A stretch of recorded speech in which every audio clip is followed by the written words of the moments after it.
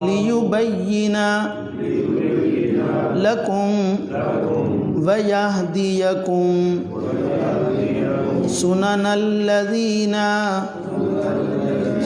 مِن قَبْلِكُمْ وَيَتُوبَ عَلَيْكُمْ وَاللَّهُ عَلِيمٌ حَكِيمٌ وَاللَّهُ يُرِيدُ أَن يَتُوبَ عَلَيْكُمْ وَيُرِيدُ الَّذِينَ يَتَّبِعُونَ الشَّهَوَاتِ أَن تَمِيلُوا مَيْلًا عَظِيمًا يُرِيدُ اللَّهُ أَن يُخَفِّفَ عَنكُمْ وَخُلِقَ الْإِنسَانُ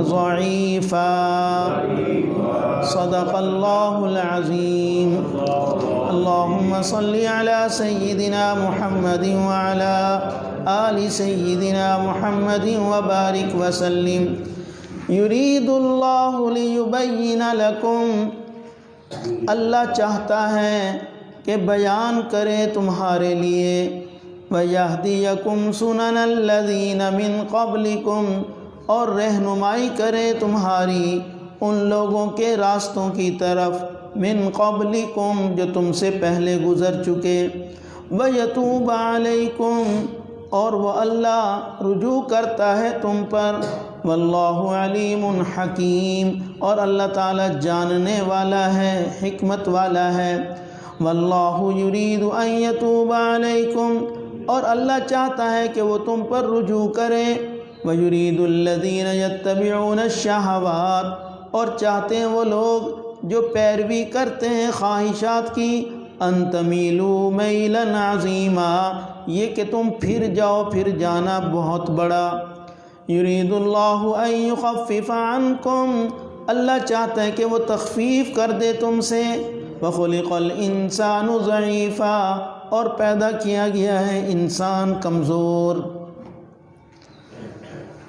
پچھلے دروس میں محرمات نکاح کا تذکرہ ہوا اللہ نے بتایا کہ کون کون سی عورتیں ایسی ہیں جن سے تم نکاح نہیں کر سکتے کچھ محرمات ابدیہ تھیں جن سے ہمیشہ کبھی کسی حال میں بھی نکاح نہیں ہو سکتا اور کچھ محرمات وقتیہ تھیں کہ وقتی طور پر ان سے نکاح حرام ہے لیکن بعد میں ان سے نکاح ہو سکتے پھر اسی کے ساتھ اللہ تعالیٰ نے لونڈیوں اور باندیوں کے احکامات بھی بتائے کہ باندیوں کے ساتھ تمہیں نکاح کرنے کی اجازت ہے اور اس کی حکمت بھی بیان کی آج ہم نے آیات پڑھی ہیں اس میں اللہ تعالیٰ اپنی مخلوق پر احسان کا تذکرہ فرما رہے ہیں جو اللہ نے اپنے بندوں پر احسان کیا ہے اور اس کے ساتھ اللہ تعالیٰ حلال اور حرام سے متعلقہ جو احکام ہیں ان کی حکمت بیان کر رہے ہیں اس لیے ارشاد فرمایا یرید اللہ لیبین لکم اللہ چاہتا ہے کہ وہ بیان کرے تمہارے لیے یعنی اللہ یہ چاہتے ہیں کہ وہ تمہارے لیے حلال اور حرام جو چیزیں ہیں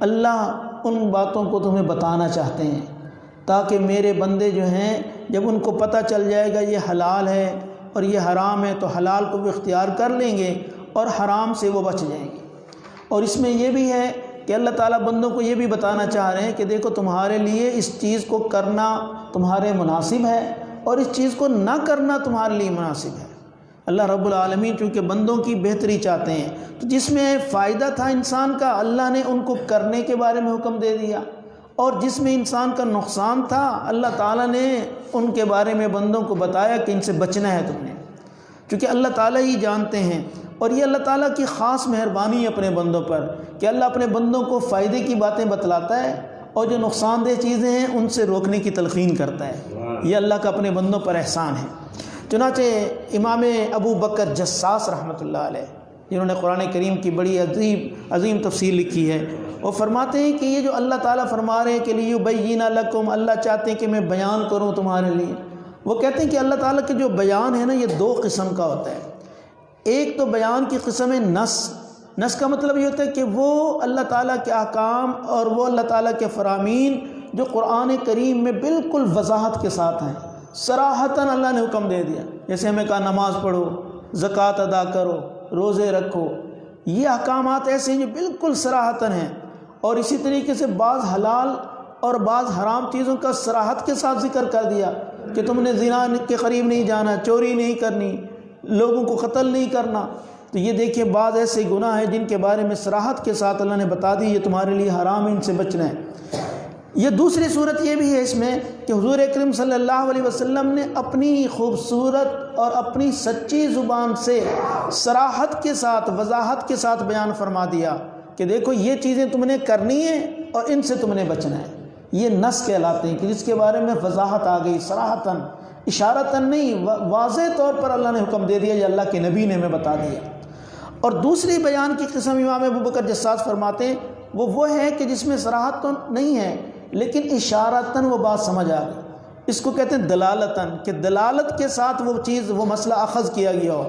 یہ احکام اللہ نے صراحتاً بیان نہیں کیے، لیکن قرآن کریم میں ایسے اشارات پائے جاتے ہیں جن سے اہل علم، مفکر حضرات، مجتہد اور اسی طریقے سے ائمہ کرام، علماء، وہ غور و فکر کرتے ہیں اور ان سے وہ احکامات کو نکال لیتے ہیں۔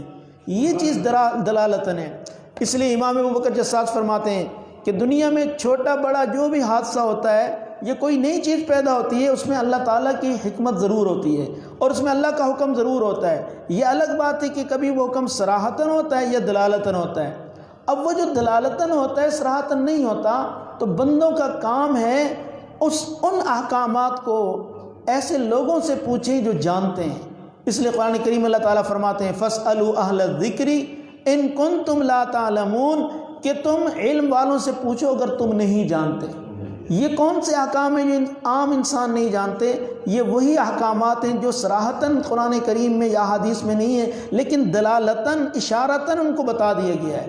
تو ان مسائل کا حل علماء نے پیش کیا ہے، ائمہ مجتہدین نے پیش کیا ہے، فقہائے کرام نے پیش کیا ہے اور مفکرین حضرات نے ان کے اندر غور و فکر کیا ہے۔ تو یہ بیان کی یہ دوسری قسم ہے۔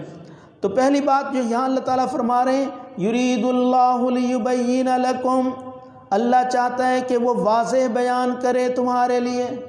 یہ پہلا بیان ہے امام ابوبکر جساس نے جس کے بارے میں کہا صریح احکام ہے، اللہ نے وضاحت کے ساتھ صراحتاً بتا دیے۔ اور جو اشارتاً تھے اس کے بارے میں آگے اللہ فرما رہے ہیں وَيَهْدِيَكُمْ سُنَنَ الَّذِينَ مِن قَبْلِكُمْ، اور وہ تمہاری رہنمائی کرتا ہے ان لوگوں کے راستوں کی طرف جو تم سے پہلے گزر چکے۔ اللہ رب العالمین خصوصی طور پر تمہاری رہنمائی کر رہا ہے کہ جو اللہ کے نیک بندے تھے، جو اللہ کے راستے پہ چلے، جنہوں نے ہمیشہ اللہ کے احکامات کی اتباع کی ہے، اللہ یہ چاہتے تم بھی ان کی اتباع کرو، ان کے راستے پر چلو گے کامیاب ہو جاؤ گے، کیونکہ وہ جو لوگ تھے وہ کامیاب لوگ تھے۔ وہ کون لوگ ہیں جن کے راستے کے چلنے کی طرف اللہ تعالیٰ ہمیں تلقین فرما رہے ہیں؟ وہ لوگ ہیں انبیاء کرام ہیں، وہ صدیقین ہیں، وہ شہداء ہیں، وہ صالحین ہیں، کہ اللہ چاہتے ہیں کہ یہ میرے بندے ان میرے صالحین کے نقش قدم پر چلیں گے تو یہ اپنی منزل مقصود کو پا سکیں گے، اور اگر یہ ان کے راستے سے ہٹ گئے اور ان کے بتائے ہوئے طریقے پر نہ چلے، ان کے نقش قدم کو انہوں نے اختیار نہ کیا تو یہ ناکام ہو جائیں گے۔ جیسے حضرت ابراہیم علیہ السلام کے واقعات اللہ نے بتائے، اسی طرح حضرت یعقوب علیہ السلام، ہود علیہ السلام، نوح علیہ السلام، ان کے راستے اللہ نے بتایا کہ ان کا کیا راستہ تھا، انہوں نے قوم کو آ کر کیا کچھ بتایا۔ اگر ہم بھی ان کے طریقے کو اختیار کریں گے تو ہم بھی کامیاب ہو جائیں گے۔ تو یہ تو انبیاء کرام تھے۔ انبیاء کے علاوہ کون ہیں؟ صالحین ہیں، اللہ کے مقربین ہیں، اللہ کے وہ بندے جو کامل الایمان والے تھے، جیسے صحابہ کرام رضی اللہ عنہم اجمعین۔ ان جیسا ایمان کس کا ہو سکتا ہے؟ وہ پکے اور کامل ایمان والے لوگ تھے۔ اگر انسان ان کے راستوں کو اختیار کرے گا تب بھی کامیاب ہو جائے گا۔ اللہ نے قرآن کریم میں مردوں کا بھی ذکر کیا ہے اور عورتوں کا بھی ذکر کیا ہے کہ اللہ تعالیٰ کی بعض نیک بندیاں بھی ایسی گزری ہیں دنیا میں جنہوں نے کبھی بھی اللہ تعالیٰ کے احکام کی خلاف ورزی نہیں کی، اور اسی میں اللہ تعالیٰ نے صاحب اقتدار کا بھی ذکر کیا ہے۔ سلیمان علیہ السلام کو اللہ تعالیٰ نے کتنی بڑی بادشاہت عطا کی تھی، ایسی بادشاہت تو کسی کو مل نہیں سکتی۔ اور اسی طریقے سے ذوالقرنین ایک بڑا بادشاہ گزرا ہے، اللہ تعالیٰ نے اس کو بھی زمین کے بہت بڑے حصے پر بادشاہت عطا فرمائی، لیکن وہ ایماندار بادشاہ تھا، وہ عادل بادشاہ تھا، تو اللہ نے ایسے لوگوں کے ہمیں راستے کی پیروی کرنے کے لیے فرمایا کہ تم یہ لوگ ہیں جو قابل تقلید ہیں، جن کی تم نے اتباع کرنی ہے۔ اسی طرح قرآن کریم میں ایک پوری سورت اللہ نے اتاری، سورت لقمان کے نام سے۔ اب یہ لقمان علیہ السلام کون ہیں؟ یہ اللہ تعالیٰ کے بڑے نیک بندے گزرے ہیں، عقل مند، حکیم، دانا، دانشور، ان کا اللہ نے تذکرہ کیا تاکہ دنیا کے جو اہل دانش ہیں، دنیا کے جو سمجھدار لوگ ہیں، وہ ان کی پیروی کر سکیں۔ سلیمان علیہ السلام کی اور لقمان علیہ السلام کی وصیتیں دیکھیں، نصیحتیں دیکھیں جو انہوں نے اپنی اولاد کو کی ہیں۔ تو ان حضرات کی زندگیوں کا جب ہم مطالعہ کرتے ہیں تو پتہ چلتا ہے کہ انہوں نے کس اعلیٰ طریقے سے اللہ تعالیٰ کی وحدانیت کی امت کو تعلیم دی ہے، اور کس طریقے سے انہوں نے اپنی زندگی گزاری تاکہ لوگ ان کو اپنے لیے آئیڈیل سمجھ کر ان کی اتباع کریں، ان کو اپنے لیے نمونہ سمجھیں۔ اور پھر یہ بھی ہے کہ اللہ تعالیٰ نے انبیاء اور صالحین کا جہاں تذکرہ کیا ہے، وہاں اللہ تعالیٰ نے جو اللہ کے نافرمان بندے تھے، سرکش، شیاطین، نافرمان، ظالم، مشرک، کافر، متکبر لوگ، اللہ نے ان کا بھی تذکرہ کر کے بتایا کہ دیکھو یہ غلط لوگ تھے، ان کا راستہ تم نے اختیار نہیں کرنا، ان کے پیچھے نہیں چلنا، یہ ناکام لوگ تھے۔ تو جو کامیاب لوگ تھے ان کا بھی تذکرہ کر دیا کہ ان کی اتباع کرو گے تم بھی کامیاب ہو جاؤ گے، اور جو ناکام تھے ان کا بھی بتا دیا اگر تم ان کا راستہ اختیار کرو گے تو تم بھی ناکام ہو جاؤ گے۔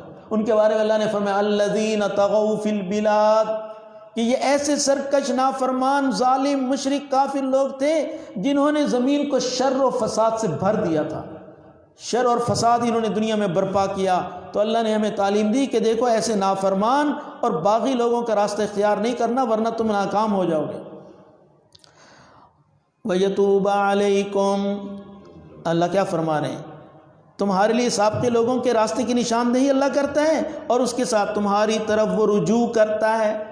یتوب کا لفظ توبہ سے نکلا ہے۔ توبہ کا معنی کیا ہوتا ہے؟ رجوع کرنا۔ جب انسان اللہ کی طرف رجوع کرتا ہے تو توبہ کرتا ہے، اس کو احساس ہوتا ہے کہ میں نے غلطی کی ہے، میں نے کیوں شیطان کی بات مان لی، میں نے کیوں نفس کی بات مان لی، تو یہ پھر فوراً متوجہ ہوتا ہے اور یہ اللہ تعالیٰ سے توبہ کرتا ہے۔ اسی طرح جب یہ متوجہ ہوتا ہے اللہ کی طرف تو اللہ بھی اس پر توجہ فرماتے ہیں، اللہ بھی بندے کی طرف رجوع فرما لیتے ہیں کہ یہ میرا گناہ گار بندہ، یہ میرا بچھڑا ہوا بندہ میرے در پر آ گیا ہے، تو اللہ تعالیٰ اس کی طرف پوری طرح متوجہ ہو جاتے ہیں۔ وَيَتُوبَ عَلَيْكُمْ، اور اللہ تعالیٰ بھی رجوع فرماتا ہے تم پر، ہیں کہ اللہ بھی کہتے ہیں کہ میرے بندے نے میری طرف رجوع کیا ہے، اب یہ معاصی اور گناہوں کو ترک کر کے میری طرف آ رہا ہے، تو اللہ بھی پھر اپنے بندے پر مہربانی اور شفقت کا اظہار کرتے ہوئے بندے کی طرف متوجہ ہو جاتے ہیں اور بندے کی توبہ کو قبول فرما لیتے ہیں۔ اور صرف بعض اوقات ایسا ہی نہیں ہوتا کہ اللہ تعالیٰ بندے کے گناہوں کو معاف کرتے ہیں، بلکہ بعض اوقات ایسا بھی ہوتا ہے فَأُولَٰئِكَ يَتُوبُ اللَّهُ عَلَيْهِمْ، اللہ اپنے بندوں پر ایسا مہربان ہوتا ہے کہ معافی مانگنے والوں کے گناہوں کو معاف بھی کر دیتا ہے، اور ان کے جتنے گناہ ہوتے ہیں ان کے مطابق نیکیاں درج کر دیتا ہے۔ گناہوں کی جگہ نیکیاں اللہ لکھ دیتے ہیں، یعنی ان گناہوں کو اللہ نیکیوں میں بدل دیتے ہیں۔ اس لیے قیامت کا دن ہوگا جب اللہ تعالیٰ انسان کے گناہوں کو معاف کر کے اور گناہوں کی جگہ نیکیاں لکھیں گے اور نیکیاں کا اجر عطا کریں گے، تو بندہ کہے گا کاش میں دنیا میں اور گناہ کر لیتا۔ لیکن یہ تو ان لوگوں کی بات ہے جو توبہ کر کے دنیا سے جائیں گے، اگر بغیر توبہ کے مر گئے پھر تو ٹھکانہ جہنم ہے۔ تو اس لیے انسان کو چاہیے کہ ہر وقت اللہ تعالیٰ سے معافی مانگتا رہے۔ تو ایسے لوگوں کے بارے میں اللہ نے قرآن کریم میں فرمایا فَأُولَٰئِكَ يُبَدِّلُ اللَّهُ سَيِّئَاتِهِمْ حَسَنَاتٍ، کہ جو بندہ توبہ کر لیتا ہے اور نیک اعمال اختیار کرتا ہے، اللہ رب العالمین ان کے گناہوں کو نیکیوں میں تبدیل کر دیتے ہیں۔ تو یہ اللہ تعالیٰ کی شان کریمی ہے کہ اللہ تعالیٰ جو ہیں بندے کے گناہ بھی معاف کرتے ہیں اور گناہوں کی جگہ نیکیاں لکھ دیتے ہیں۔ تو مفسرین لکھتے ہیں کہ انسان جس خلوص کے ساتھ اور جس ندامت کے ساتھ اللہ سے معافی مانگتا ہے، اللہ تعالیٰ بھی اس کے ساتھ اسی طرح معاملہ کرتے ہیں۔ جب اللہ دیکھتے ہیں یہ بندہ بڑا ہی اپنی غلطیوں پر نادم ہو رہا ہے اور بار بار مجھ سے معافی مانگ رہا ہے اور بڑے خلوص کے ساتھ یہ میری طرف متوجہ ہو رہا ہے، تو پھر اللہ گناہوں کو صرف معافی نہیں کرتے، نیکیوں میں بدل دیتے ہیں۔ تو یہ بندے کی توبہ جس قدر خلوص نیت کے ساتھ ہوتی ہے، اللہ تعالیٰ کی طرف سے صلہ بھی اسی قدر بہتر عطا ہوتا ہے۔ یہ اللہ تعالیٰ کی اپنے بندوں پر جو ہے مہربانی ہے۔ واللہ علیم حکیم، اور اللہ تعالیٰ جانتا ہے اور حکمت والا ہے۔ اللہ تعالیٰ نے بتا دیا ہمیں کہ یہ محرمات ہیں اور یہ محللات ہیں، یہ وہ عورتیں ہیں جن کے ساتھ تمہارا نکاح کرنا حرام ہے، اور یہ وہ عورتیں جن کے ساتھ نکاح کرنا حلال ہے۔ تو اللہ نے ہمیں حلال اور حرام کے بارے میں قرآن میں بتایا. نکاح اور طلاق ان جیسے احکامات بھی اللہ تعالیٰ نے ہمیں قرآن کریم میں بیان کر دیے. اسی طرح جو اوامر تھے جن کے کرنے کا حکم تھا وہ بھی اللہ نے بتا دیے، اور جو نواہی تھے جن سے بچنے کا حکم تھا وہ بھی اللہ تعالیٰ نے قرآن کریم میں ہمیں بتا دیے ہیں. اور اللہ فرما رہے ہیں کہ میں جانتا ہوں اور میں حکیم ہوں، یعنی میں تمہاری مصلحت کو دیکھ کر میں نے تمہارے لیے جو چیزیں فائدے مند تھیں ان کو تمہارے لیے جائز قرار دے دیا، حلال کر دیا. اور میں جانتا ہوں کہ تمہارے لیے کون سی چیزیں نقصان دہ تھیں وہ تمہارے لیے حرام کر دی. تو حکمتوں کو میں سمجھتا ہوں انسان خود بھی محدود ہے، اس کی عقل بھی محدود ہے، تو یہ اللہ تعالیٰ کے احکامات کی حکمتوں کو نہیں سمجھ سکتا. اس کی عقل جو ہے وہ سمجھنے سے قاصر ہے. اس لیے اللہ فرما رہے کہ تم اپنے آپ کو زیادہ عقل مندانہ نہ سمجھو، میں علیم ہوں اور میں حکیم ہوں. واللہ یرید ان یتوب علیکم. دوبارہ پھر فرما رہے ہیں اللہ تعالیٰ تمہاری توبہ قبول کرنا چاہتا ہے. اللہ تعالیٰ کیا چاہتے ہیں کہ بس میرے بندے توبہ کریں اور میں ان کی توبہ کو قبول کروں. ایسے لگتا ہے جیسے اللہ تعالیٰ تیار بیٹھے ہوئے ہیں کہ بس بندے میرے در پہ آئیں صحیح، میرے سامنے جھکیں صحیح. جیسے ایک ماں سے بچھڑا ہوا بچہ بچھڑ جائے اور ماں اس کا شدت سے انتظار کر رہی ہوتی ہے، اللہ تعالیٰ اس ماں سے تو 70 گنا زیادہ مہربان ہے، تو اللہ تعالیٰ اس سے بھی زیادہ جو ہے بندے کے انتظار میں رہتے ہیں. یہ نہیں کہ بندہ نے گناہ کر لیا تب اللہ تعالیٰ اس سے نفرت کر رہے ہیں، نہیں، اللہ چاہتے ہیں کہ یہ بندہ پھر میرے پاس آ جائے، یہ پھر میری طرف متوجہ ہو جائے. اس لیے دوبارہ پھر کہا، پہلے بھی فرمایا وَيَتُوبَ عَلَيْكُمْ، اب دوبارہ پھر فرمایا وَاللَّهُ يُرِيدُ أَن يَتُوبَ عَلَيْكُمْ. اللہ چاہتے ہیں کہ وہ متوجہ ہو جائیں تم پر، یعنی اللہ تعالیٰ تمہاری توبہ قبول کرنا چاہتے ہیں. لیکن اللہ فرماتے ہیں کچھ لوگ ایسے بھی ہیں کہ جو نہیں چاہتے کہ تم میری طرف آؤ، تم میری طرف بڑھو، تم میرے احکام کی اتباع کرو. وہ کون لوگ ہیں؟ وہ شہوت پرست لوگ ہیں. وَيُرِيدُ الَّذِينَ يَتَّبِعُونَ الشَّهَوَاتِ، اور چاہتے ہیں وہ لوگ جو خواہشات کی پیروی کرتے ہیں. وہ کیا چاہتے ہیں؟ أَن تَمِيلُوا مَيْلًا عَظِيمًا، کہ وہ تمہیں راہ راست سے ہٹا کر گمراہی کی طرف پھیر دیں. وہ پوری طرح تمہیں گمراہ کرنا چاہتے ہیں. آج دیکھ لیں دنیا میں کس طریقے سے یہود اور ہنود اور نصارہ اور دین کے دشمن کس طرح مسلمانوں کو گمراہی کی طرف لے کر جا رہے ہیں، اور یہ مسلمان بھی ان کے پروپیگنڈے سے متاثر ہیں. مجوسیوں کا حال دیکھیں، جو مجوسی لوگ تھے ان کے اندر بڑی غلط قسم کی خواہشات تھیں. اس قدر غلیظ لوگ تھے یہ اپنی حقیقی ماں اور اپنی حقیقی بہن سے بھی نکاح کر لیتے تھے. یہ شہوت پرست لوگ ہیں. انہوں نے کوئی تفریق نہیں کی کہ میں نے شہوت کو کہاں پورا کرنا ہے اور کہاں نہیں کرنا. یہ مجوسیوں کا مذہب تھا کہ وہ اپنی حقیقی ماں اور حقیقی بہن سے بھی نکاح کے لیے تیار ہو جاتے. دیکھیں نا اب یہ کس قدر بے حیائی کی بات ہے اور کتنی فحاشی کی بات ہے اور کس قدر شہوت پرستی ہے. اس کو کہتے ہیں شہوت پرستی کہ بس انسان کہتا ہے میری خواہش پوری ہو کہیں سے بھی ہو جائے، جبکہ اللہ تعالیٰ یہ نہیں چاہتے. اسی طرح یہودیوں کا حال ہے. یہودیوں کا جو ٹولہ ہے یہ بھی باطل پرست ٹولہ ہے. آج یہ مسلمانوں پر تو اعتراض کرتے ہیں کہ مسلمان جو ہیں یہ پھوپھی سے نکاح نہیں کرتے، یا اسی طریقے سے خالہ سے نکاح نہیں کرتے، اور یہ پھوپھی کی بیٹی سے نکاح کر لیتے ہیں، ماموں کی بیٹی سے نکاح کر لیتے ہیں، خالہ سے نکاح نہیں کرتے لیکن خالہ کی بیٹی سے کر لیتے ہیں. اس طریقے سے یہ شبہات ڈالتے ہیں ایمان والوں کے دلوں میں، اور جو کمزور ایمان والے ہوتے ہیں وہ ان کے پروپیگنڈے سے متاثر ہو کر وہ کہتے ہیں جب خالہ کی بیٹی سے ہو سکتا ہے تو خالہ سے کیوں نہیں ہو سکتا، ماموں کی بیٹی سے نکاح ہو سکتا ہے تو ممانی سے کیوں نہیں ہو سکتا، خالہ کی بیٹی سے ہو سکتا ہے تو خالہ سے کیوں نہیں ہو سکتا.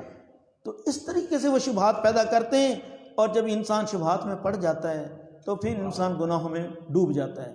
اس لیے ہمارے اسلام کی یہ خوبی ہے کہ اللہ تعالیٰ اور اللہ کے نبی یہ چاہتے ہیں کہ میرے بندے حرام چیزوں سے بھی بچیں، اور جن کے اندر شبہ ہے، مشتبہات ہیں، ان سے بھی بچیں. اس لیے جہاں کسی مسئلے میں علماء کا اختلاف ہو جائے تو ان سے بچنا چاہیے انسان کو. یہ مشتبہات ہیں. اور ہنود کا مذہب دیکھ لیں، یہ ہندو جو لوگ ہیں یہ چچا کی بیٹی سے بھی نکاح کو جائز نہیں قرار دیتے. یہ کہتے ہیں چچی سے نہیں ہو سکتا تو اس کی بیٹی سے کیسے ہوگا. اسی طریقے سے یہ کہتے ہیں کہ انسان ماموں کی بیٹی سے بھی نکاح نہیں کر سکتا. یہ ایک قدم آگے بڑھ گئے. اور اسلام کتنا خوبصورت مذہب ہے. اسلام نے ہمیں بتایا کہ تم چچا، ماموں، پھوپھی، خالہ کی بیٹی سے تم نکاح کر سکتے ہو. اللہ تعالیٰ نے اور اللہ کے نبی صلی اللہ علیہ وسلم نے ان کے ساتھ نکاح کرنا بالکل جائز قرار دے دیا تاکہ یہ رشتے جڑیں، آپس میں اجنبیت پیدا نہ ہو۔ کیا خوبصورت مذہب ہے اسلام کا! اللہ تعالیٰ نے اجنبیت سے بچانے کے لیے ان رشتوں میں نکاح کی صورت جائز قرار دے دی تاکہ یہ رشتے جڑے رہیں، یہ ختم نہ ہوں۔ اور یہی عین فطرت ہے، یہی عین اسلام ہے۔ لیکن اللہ تعالیٰ نے بھانجی اور بھتیجی اس سے نکاح کو حرام قرار دے دیا۔ اب یہ جو ہیں یہ اعتراض کرتے ہیں کہ دیکھو بھانجی بھتیجی سے یہ نکاح نہیں کرتے اور چچا کی بیٹی سے کر لیتے ہیں، خالہ کی بیٹی سے کر لیتے ہیں۔ مقصد کیا ہے کہ جب تم چچا کی بیٹی سے کر سکتے ہو تو بھانجی بھتیجی سے کیوں نہیں کر سکتے؟ اس طرح لوگوں کو یہ شہوت پرست لوگ دین سے دور کرنا چاہتے ہیں، اسلام سے دور کرنا چاہتے ہیں، اور یہ شہوت پرست لوگ دنیا کے اندر بے حیائی اور فحاشی اور عریانی کو پھیلانا چاہتے ہیں۔ 1940 میں ایک ایسا واقعہ پیش آیا کہ سیالکوٹ کا ایک وکیل تھا، بڑا گریجویٹ تھا، لیکن وہ تھا ہندو۔ اس کا بیٹا تھا گوری شنکر۔ اس نے اپنی پھوپھی یا ماموں کی بیٹی سے نکاح کرنا چاہا۔ اب ماں باپ اجازت نہیں دیتے تھے کیونکہ ان کے مذہب میں یہ ناجائز تھا۔ اب ہندو مذہب میں جب جائز نہیں تھا اور یہ چاہتے تھے، لڑکی بھی چاہتی تھی اور لڑکا بھی چاہتا تھا کہ ہمارا آپس میں نکاح ہو جائے اور تاکہ ہم ایک خوشگوار ازدواجی زندگی گزار سکیں۔ اب چونکہ ان کے مذہب میں جائز نہیں تھا، اس لیے جو ان کے بڑے تھے وہ رکاوٹ ڈالتے تھے، وہ کہتے تمہاری شادی ہو ہی نہیں سکتی۔ اب ہوا کیا، لڑکی چونکہ چاہتی تھی لہذا لڑکی یا لڑکے کی محبت میں گرفتار ہو چکی تھی، نکاح کرنا چاہتی تھی، ماں باپ کرنے نہیں دیتے تھے، تو وہ لڑکی تو بیمار ہو گئی اور اسی بیماری کے اندر وہ بیچاری گھل کر مر گئی۔ اور ادھر جو لڑکا تھا اس کے اوپر بھی دورے پڑنے شروع ہو گئے، دیوانگی کی کیفیت ہو گئی، جیسے ایک انسان مجذوب ہوتا ہے اور اس کے اوپر جذب طاری ہوتا ہے اور عقل سے فارغ ہو جاتا ہے، اس کی کیفیت بھی یہی ہو گئی۔ لیکن اللہ تعالیٰ کی شان، چونکہ ان کی نیت ٹھیک تھی، یہ حرام سے بچنا چاہتے تھے اور حلال کرنا چاہتے تھے، اور شریعت نے واقعی خالہ کی بیٹی سے یا پھوپھی کی بیٹی سے، ماموں کی بیٹی سے نکاح کرنا حلال اور جائز قرار دیا ہے۔ اللہ کی شان، اللہ تعالیٰ نے اس لڑکے کو ایمان کی دولت عطا کر دی۔ اس نے پھر اپنا نام رکھا محمد غوری، محمد غوری۔ اب جب یہ پاکستان اور ہندوستان کی تقسیم ہوئی تو اس کے ماں باپ تو چلے گئے ہندوستان میں، اب یہ لڑکا رہ گیا یہاں۔ تو اس طرح اللہ تعالیٰ نے پھر اس کے ایمان کو بچا لیا، چونکہ مسلمان ہو چکا تھا تو اس نے پھر زندگی کے 12 سال جو ہیں وہ ایمان کی حالت میں گزارے، اور اللہ رب العالمین نے اس حکم پر عمل کرنے کی برکت سے، چونکہ اس کا ارادہ کیا تھا، نیک تھا، اللہ نے ایمان کی دولت عطا فرمائی، پھر ایمان پر ہی اللہ نے اس کو موت عطا کر دی۔ دیکھیں جب انسان حرام سے بچتا ہے تو اس طرح اللہ تعالیٰ اس کی ہدایت کے راستے بھی بنا دیتے ہیں۔ تو اس لیے ہمیں بھی چاہیے کہ ہم حرام کاموں سے بچیں، جس چیز کو شریعت نے ناجائز و حرام قرار دیا ہے ہمیں ان سے بچنا چاہیے، اور جس چیز کو حلال اور جائز قرار دیا ہے اللہ تعالیٰ نے اور اس کے نبی نے ہمیں ان کو اختیار کرنے کی ترغیب دی ہے۔ تو اس لیے اللہ تعالیٰ کی کیا فرما رہے ہیں، اللہ فرماتے ہیں کہ دیکھو یرید اللہ ان یخفف عنکم، اللہ چاہتے ہیں، کیا چاہتے ہیں کہ وہ تم سے تخفیف کرے۔ اللہ نے ایسا بھی نہیں کیا کہ بندوں کو بالکل خواہشات پورا کرنے سے روک دیا ہو، نہیں، ناجائز خواہشات پوری کرنے سے منع کیا ہے، بتا دیا یہ حرام ہے، ان سے نہیں کرنا، یہ حلال ہے، ان سے کرنا ہے۔ تم نکاح کر لو، تمہارے لیے عورت حلال ہے، تم اپنی خواہش کو پورا کرو۔ کیوں؟ اللہ جانتے تھے کہ میں نے بندے کو کمزور پیدا کیا، وَخُلِقَ الْإِنسَانُ ضَعِيفًا، کہ انسان جو یہ کمزور پیدا کیا گیا ہے، جب یہ کمزور بنایا ہے تو اللہ تعالیٰ نے اس کا لحاظ بھی رکھا، اس کا خیال بھی کیا، اس کی کمزوری کا، کہ یہ اپنی خواہشات کو کہاں پورا کرے گا۔ ظاہر جذبات تو ہوں گے، خواہشات تو اس کے اندر ہوں گی، تو ان خواہشات کو پورا کرنے کا اللہ نے نکاح کو ایک ذریعہ بنا دیا۔ یہ نکاح کے ذریعے اگر تم اپنی خواہشات پوری کرو گے یہ تمہارے لیے حلال ہے، اور نکاح کے بغیر اگر کسی غیر محرم سے خواہشات پوری کرو گے یہ تمہارے لیے حرام ہے۔ تو یہ ہمارے اسلام کی خوبی ہے کہ اللہ تعالیٰ اپنے بندوں پر اس طرح مہربانی کرتا ہے، اور جو غلطیاں انسان کر بیٹھتا ہے اور جب اللہ تعالیٰ سے توبہ کرتا ہے تو اللہ چاہتے ہیں کہ بس میرے بندے توبہ کریں اور میں ان کو معاف کروں۔ اس لیے خواہشات کو بالکل ممنوع نہیں کیا اسلام نے کہ تم بالکل خواہشات پوری کر ہی نہیں سکتے، نہیں، جو جائز خواہشات ہیں ان کو پورا کرنا اللہ تعالیٰ نے شریعت میں جائز قرار دیا ہے، اور جو ناجائز خواہشات ہیں ان سے منع کیا۔ اس لیے حضور صلی اللہ علیہ وسلم نے حدیث مبارکہ میں فرمایا حفت النار بالشہوات، کہ اللہ تعالیٰ نے جہنم کی باڑھ جو ہے وہ خواہشات سے لگائی ہے، کہ جہنم کی گرد جو باڑھ ہے وہ خواہشات ہے۔ اگر تم ان خواہشات، ناجائز خواہشات کو پورا کرو گے تو پھر سیدھا تم جہنم میں چلے جاؤ گے، اور اگر ان سے بچ جاؤ گے تو سیدھا جنت میں چلے جاؤ گے۔ تو اس لیے وہ خواہشات کی باڑھ ہے، زنا ہے، شراب نوشی ہے، بے حیائی ہے، یہ ناچ گانا ہے، یہ ساری یہ ناجائز خواہشات ہیں، اور یہ جہنم کے ارد گرد یہ باڑھ لگی ہوئی ہے۔ جب تم ان خواہشات کو پورا کرو گے تو پھر جہنم سے نہیں بچ سکتے، پھر ٹھکانہ سیدھا جہنم ہی ہوگا۔ اور اگر تم ان ناجائز خواہشات سے بچ جاؤ گے تو اللہ فرما رہے پھر تمہارا ٹھکانہ جنت ہوگا۔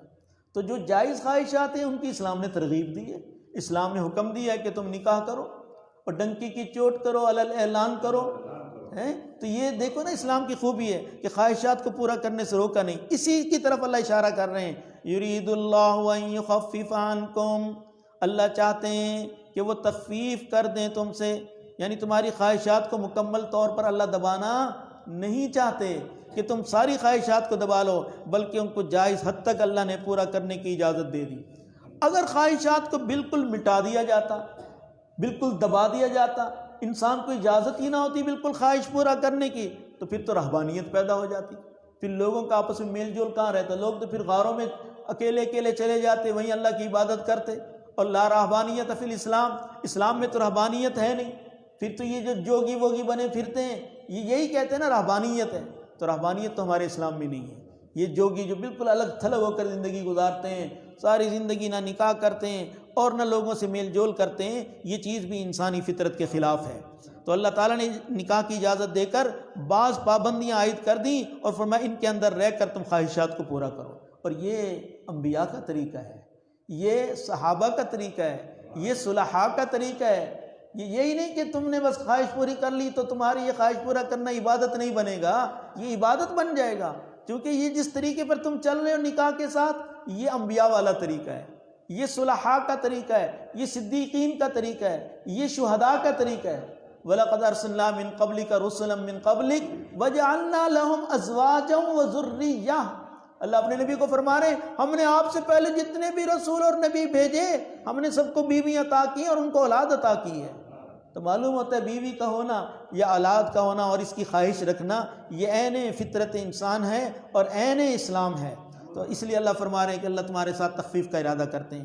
وَخُلِقَ الْإِنسَانُ ضَعِيفًا، اور یہ تخفیف اللہ نے کیوں کی؟ اس لیے کہ اللہ جانتے تھے کہ ہم نے انسان کو جو جسمانی طور پر کمزور پیدا کیا ہے، اگر ہم اس کی کمزوری کا لحاظ نہیں کریں گے اور اس کی خواہشات اس کو بالکل پوری نہیں کریں گے تو یہ انسان کے ساتھ زیادتی ہو جائے گی۔ اس لیے انسان کی کمزوری کو دیکھتے ہوئے اللہ تعالیٰ نے جائز صورتیں بھی بتا دی کہ تم جائز طریقے سے اپنے طبعی اور تقاضوں کو پورا کر سکتے ہو، اور جب تم جائز طریقے سے پورا کرو گے تو اللہ تعالیٰ تمہاری دنیا بھی اچھی کر دیں گے اور تمہاری آخرت بھی اچھی کر دیں گے۔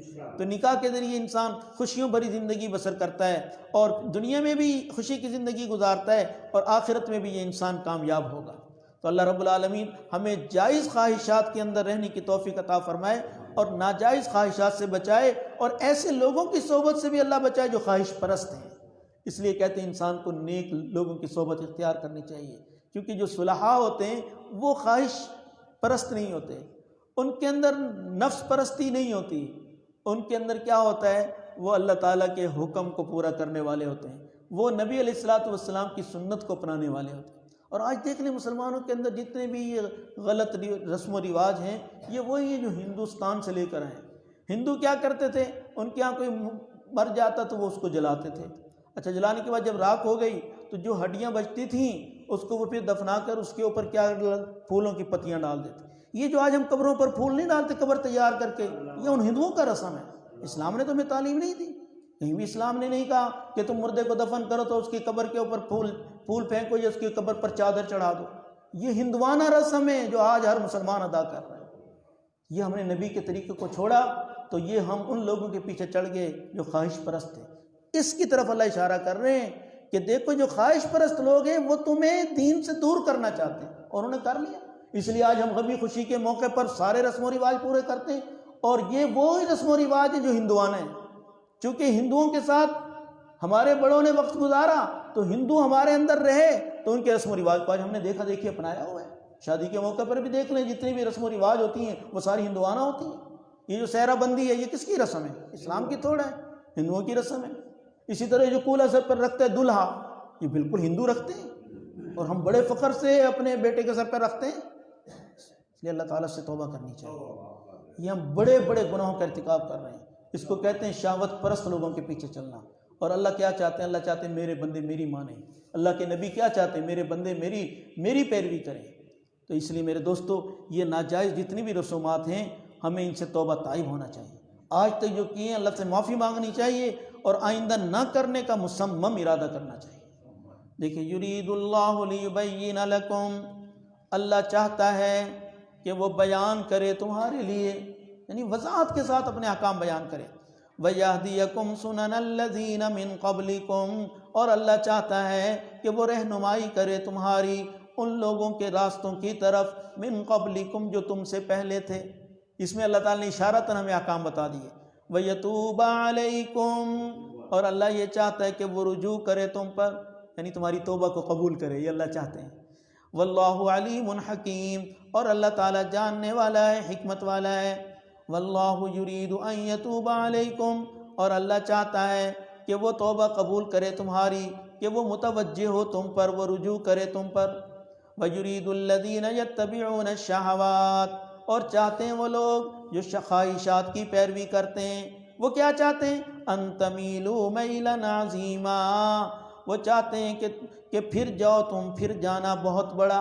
وہ تمہیں دین سے پھیرنا چاہتے ہیں، وہ تمہیں دین سے دور کرنا چاہتے ہیں، اور چاہتے ہیں دین سے خوب دور چلے جائیں۔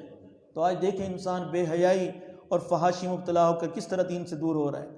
یرید اللہ ان یخفف عنکم، اور اللہ تعالیٰ چاہتے ہیں کہ وہ تخفیف کر دیں تم سے۔ وَخُلِقَ الْإِنسَانُ ضَعِيفًا، اور انسان کمزور پیدا کیا گیا ہے۔ صدق اللہ العظیم۔ الحمدللہ رب العالمین، اللہم انت السلام ومنک السلام، تبارک ربنا وتعالیت یا ذا الجلال والاکرام۔ اللہم اعنا علی ذکرک وشکرک وحسن عبادتک، اللہم وفقنا لما تحب وترضى واجعل آخرتنا خیرا من الاولی۔ رب کریم، ہم سب کے حال پر رحم فرما، کرم فرما، فضل فرما۔ اللہ، جو آپ نے ہمارے لیے احکامات قرآن کریم میں بیان فرمائے، ہمیں ان